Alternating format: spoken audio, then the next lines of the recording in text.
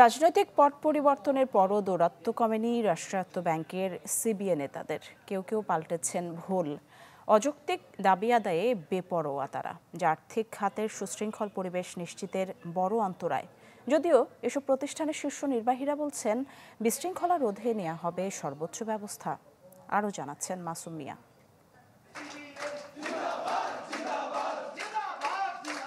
মুহুর্মুহুর স্লোগানে বোঝা ভার, এটি বাণিজ্যিক ব্যাংকের চিত্র নাকি রাজনৈতিক কোনো দলের কর্মসূচি? আর্থিক খাতের গুরুত্বপূর্ণ প্রতিষ্ঠান হলেও বদলি, সুদ মওকুফ, অযৌক্তিক দাবি আদায়ে এমন ঘটনা যেন নিয়মিত চিত্র। পুরানো দিয়ে নতুন নিতে আজই চলে আসুন আপনার নিকটস্থ ওয়ালটন শোরুমে। এটা বদলি ট্রান্সফার তার লিস্টে করতে হবে, সুদ মওকুফ তার মতো করে করতে হবে। একবারই সিবিএ হয়তো আমার ভাইয়ের জন্য বলছে ভাই আমাকে ট্রান্সফার করে দেন, ওই সাথে সাথে তার বঙ্গবন্ধু করেছে, তারা আরো 2টা দিয়ে দিতেছে। তথ্য বলছে বিগত সরকারের সময়ের মতো আবারও দৌরাত্ম্য বেড়েছে ব্যাংকের সিবিএ নেতাদের। কেউ কেউ পাল্টাচ্ছেন রাজনৈতিক ভুলও। বদলি, বাণিজ্য সহ অনৈতিক সুবিধা আদায়ের লক্ষ্যে বরাবরের মতোই বেপরোয়া তারা। সবশেষ স্ত্রীর ব্যাংক ঋণের সুদ মওকুফ চেয়ে আবদার করে বসেন সোনালী ব্যাংকের এক সিবিএ নেতা।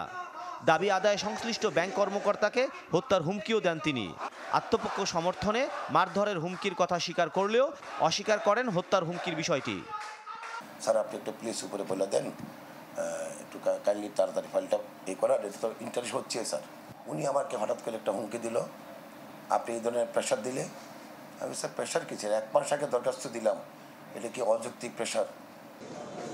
সিবিএ নেতাদের এমন বেপরোয়া আচরণে ক্ষুব্ধ ব্যাংকের সাধারণ কর্মকর্তারা। দাবি আর্থিক খাতে শৃঙ্খল পরিবেশ নিশ্চিতে কঠোর পদক্ষেপে। ইস্যু যে শুধু এরকম একটা সিঙ্গেল ইস্যু এরকম না, যাক সার্বিক বিষয়ে কথোপকথন এক পর্যায়ে কিছু কথা আসছে যেটা অপ্রত্যাশিত। যেহেতু আমি ঊর্ধ্বতন কর্তৃপক্ষের বিষয়টা জানিয়েছি, সেক্ষেত্রে আর আমি ব্যক্তিগতভাবে আইনগত দেখি আমি অপেক্ষা করছি কর্তৃপক্ষ কী ব্যবস্থা নেন। সিবিএ নেতাদের এমন দৌরাত্ম্য রাষ্ট্রীয় অন্যান্য বাণিজ্যিক ব্যাংকগুলোতেও। বিশৃঙ্খলা রোধে সর্বোচ্চ ব্যবস্থা নেওয়ার আশ্বাস উঠে এলো ব্যাংকের শীর্ষ কর্তাদের বক্তব্যে। সেটা তো ব্যাংকের যেটা বিদ্যমান নিয়ম আছে, সেটা যদি ব্যাংকের শৃঙ্খলা পরিপন্থী যদি কেউ কিছু করতে চায়, সেটা তো আছেই, সেটা তো নিয়ম তো থাকবেই। বিশৃঙ্খলার মাধ্যমে জোরপূর্বক কিংবা গায়ের জোরে কোনো কিছু আদায় করতে চাই, সেটা অবশ্যই আমার প্রতিহত করা সমীচীন বলে ব্যাংকিং সেক্টর থেকে আমি আমার দৃষ্টিতে মনে হয়। দেশের রাজনৈতিক ইতিহাসে ক্ষমতার পালাবদলের সাথে সাথে বদলে যায় সিবিএ নেতাদের চেহারাও। তবে ব্যক্তি স্বার্থ আদায়ে বরাবরই বেপরোয়া তারা।